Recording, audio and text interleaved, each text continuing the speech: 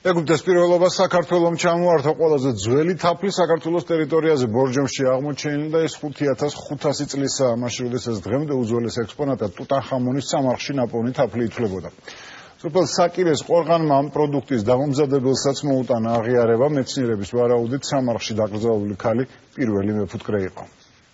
ნამდვილად იყო სხვადასხვანაირი თაფლი სამივე და იყო მეფუტკრეობაში 5500 წლის წინ, აი მთაში, იმიტომ იმ დროს სხვანაირი კლიმატი იყო, რადგან იქ ცაცხვიზდებოდა. ცაცხვის, მარცვლოვანი მცენარეების და მინდვრის ყვავილების თაფლის ნიმუშები 5500 წლით დათარიღდა. სამარხში ქალი ნეშთან ერთად ნაპოვნი 3 ქილის ჭურჭლის შიდა კედელზე აღმოჩენილ თაფლის ლაქებს მეცნიერები რამდენიმე წელი იკვლევდნენ. ჩვენ შემთხვევაში კოდიანის ყორღანში ჩვენ გვაქვს მარცვლოვანები უამრავი, ესე იგი ხორბალით ესებოდა სახლთან.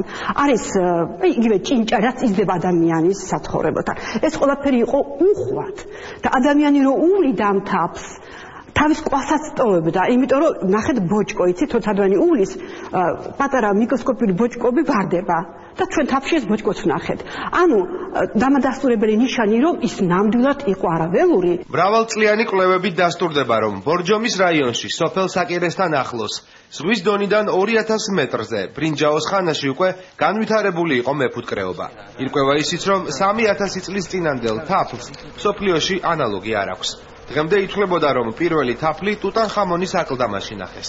საკირეს მთაზე აღმოჩენილი ნიმუშები კი ეგვიპტურ თაფლზე 2000 წლით ძველია. ტურკში იყო თაფლი და ეს ჯერჯერობით უძველესი თაფლია, იმიტომ რომ მე ვიმეორებ, რომ იგი აქამდე ცნობილი იყო, რომ ტუტანხამონის ერთ-ერთ ჭურჭელში, ანუ სამარხში იყო აღმოჩენილი ერთ-ერთ ჭურჭელში, რომელსაც ტუტანხამონის სამარხი ისეთი ის არის საკუთრებით ცნობილი და ეს ძალიან კარგად შესწავლილია და ამდენად ახლა მე ვთვლი, რომ ჩვენი კვლევები, შემდგომი კვლევები მოგწევს საშუალებას შეიძლება უფრო ადრეულიც იყოს. კვლევარების მტკიცებით, სამივე ქილაში აღმოჩენილი თაფლის ნიმუშები მოშინაურებული ფუტკრის სკიდან იყო აღებული.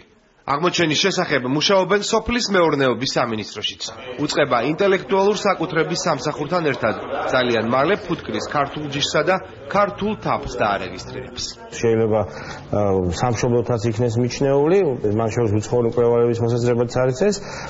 შესაბამის დოკუმენტაციას სოფლის მეურნეობის სამინისტროსთან ერთად მომზადება და ყველა პროცედურების დაცვით ჩვენთან შესაძლებელია ამის დარეგისტრირება. თუ დადასტურდა და იქნა ეს ფაქტი აღიარებული, რომ ეს არის ყველაზე ძველი თაფლი იმ თაფლებს შორისაც აღმოჩენილია დღეს მსოფლიოს მასშტაბით, საქართველოს შეიძლება უკვე აღიარებული იქნეს როგორც თაფლის სამშობლო. დღემდე ცნობილი იყო, რომ შინაური ფუტკრის სამშობლო აზიაა, რადგან ფუტკრების ყველა სახის წარმომადგენელი სწორედ აზიაში ბინადრობს.